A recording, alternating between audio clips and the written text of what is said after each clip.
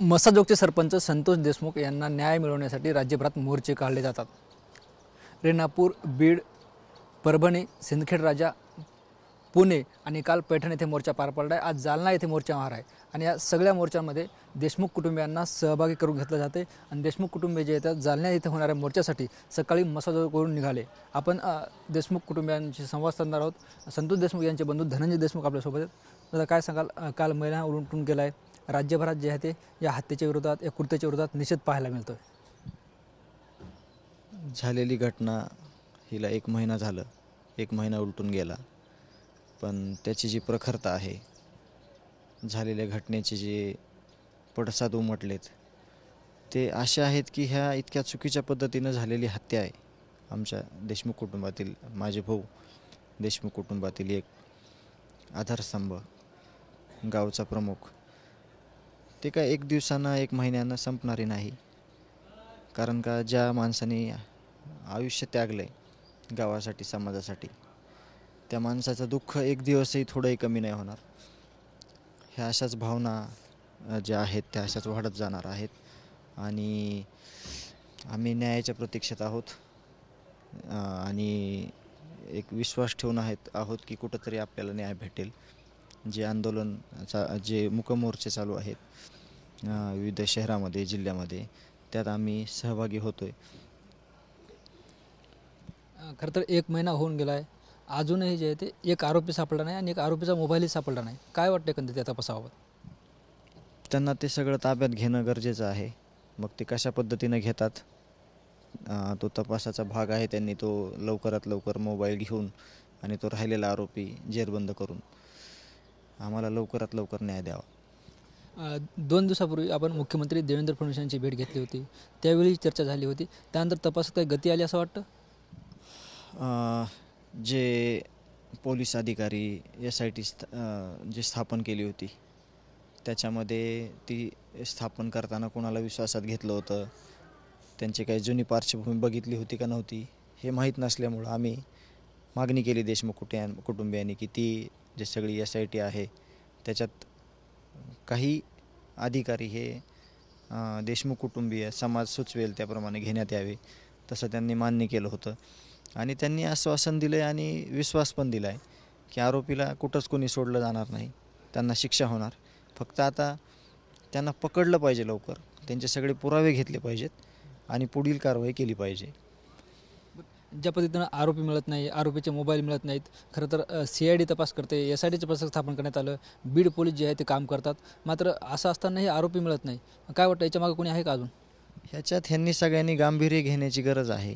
कारण का हे सराईत गुन्हेगार आहेत, संघटित गुन्हेगारी आहे आणि त्यांनी सगळ्या डिपार्टमेंटने अभ्यास करायचं काम आहे की 1 महिना झालं जर मोबाईल शोधत नाही, आरोपी शोधत नाही, तर म्हणजे हे किती पुढं गेलेलं आहे संघटन गुन्हेगारीचं।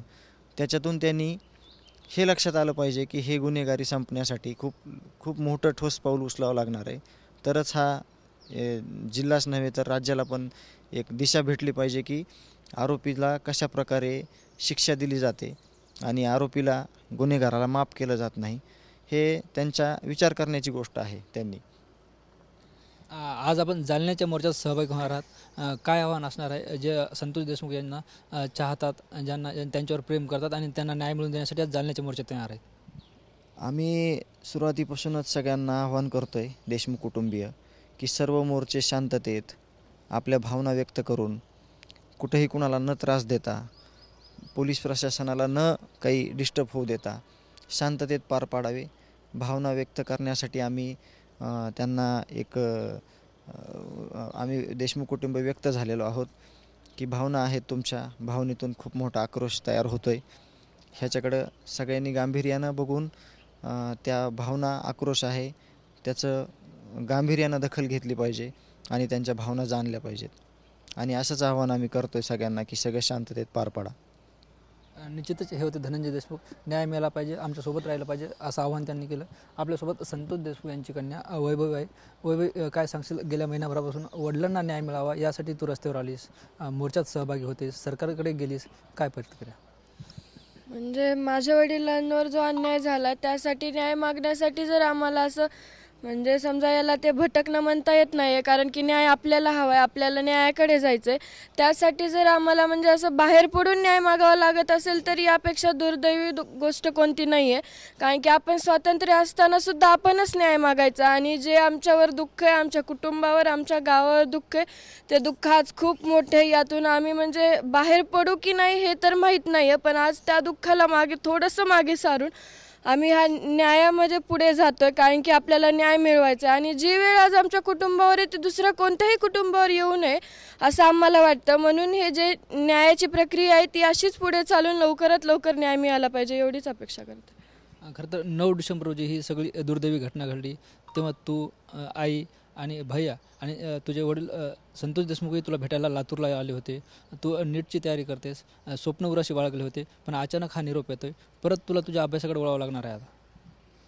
माझ्या अभ्यासाचा जर विचार केला असं मला वाटतं की जे माझं 1 वर्ष समजा बॅकलॉग झालं आहे ते मी पुढच्या वर्षी बी करू शकते. पण हा जो विषय आहे न्यायाचा, आज माझ्या वडिलांचं जे बलिदान आहे ते मला व्यर्थ नाही जाऊ द्यायचं, मला त्यांना न्याय मिळवून द्यायचा आहे. आणि त्यांनाच नाही तर जे कोणी आहेत, किंवा मी मागंही म्हणलं की माझ्या वडिलांच्या आधी जी अशी घटना किंवा दुसऱ्या प्रकारे ज्यांची हत्या झाली आहे ते आवाज उठवू नाही शकले किंवा न्यायासाठी झुंजू नाही शकले, तर आज आपण म्हणजे न्यायासाठी लढतोय, तर आपण आज सगळ्यांनाच न्याय देऊ असं मला वाटतं. आणि जे माझ्या अभ्यासाचा विषय ते मला वाटतं मी पुढच्या वर्षीसुद्धा कव्हर करू शकते. पण हा जो विषय ते मागं पडला तर यामध्ये म्हणजे कोणीच पुढाकार घेणार नाही. आणि जसं आज सगळे एक आहेत, आज आमच्या कुटुंबाच्या मागे आहेत, तसंच तुम्ही निश्चयपणे आमच्या कुटुंबाच्या पाठीमागे राहा. आणि न्याय मिळूच तर नाही तर आम्हाला पुढे पण तुमची खूप गरज आहे, कारण की आज कुटुंबावरचं आमचं छत्र हरवलं आहे. आम्हाला तुमची सर्वांची खूप गरज आहे. तुला डॉक्टर व्हायचं आहे हे स्वप्न कोणाचं होतं? तू वडिलांचं होतं की तुझं स्वतःचं होतं? म्हणजे माझं तर 10वीपर्यंत काही निश्चितच नव्हतं काय करायचं आहे, पण नंतर म्हणजे डॉक्टरकडे वळले तर त्यांना वाटत होतं ही करतीये तर याच्या मदतीनं खूप मोठं व्हावं आणि स्वतःच्या पायावर उभं राहावं. तेही स्वप्न तुला आता पूर्ण करायचं आहे? जरूर.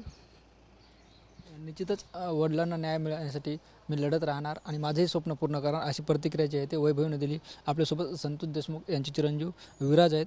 भैया, काय सांगशील? तू पण लातूरला शिक्षणाला होता, वडील गेलेत, अतिशय दुःखाचा डोंगर कोसळला आहे, तुलाही तुझं स्वप्न आहे, काय व्हायचं आहे? मला इंजिनियर व्हायचं. कधी ठरलं होतं? माझं आधीच ठरलं होतं मला इंजिनियर व्हायचं म्हणून. पप्पासोबत बोलणं झालं त्या विषयात? हां, काय म्हटले होते? पप्पा म्हणले होते तुला जी बनायचं आहे ते, पण आम्ही काय तुला नाहीत सांगत. म्हणजे आता अभ्यास करून तू पूर्ण स्वप्न पूर्ण करणार? हो. निश्चितच आपण जर बघितलं तर हे सर्व संतोष देशमुख यांचं कुटुंबीय होतं. आज ते जालना येथील मोर्चात सहभागी होणार आहेत. तत्पूर्वी त्यांनी आपल्याशी संवाद साधला आहे. कॅमेरा पर्सन सुशांतसह TV9 मराठी, मस्साजोग, बीड.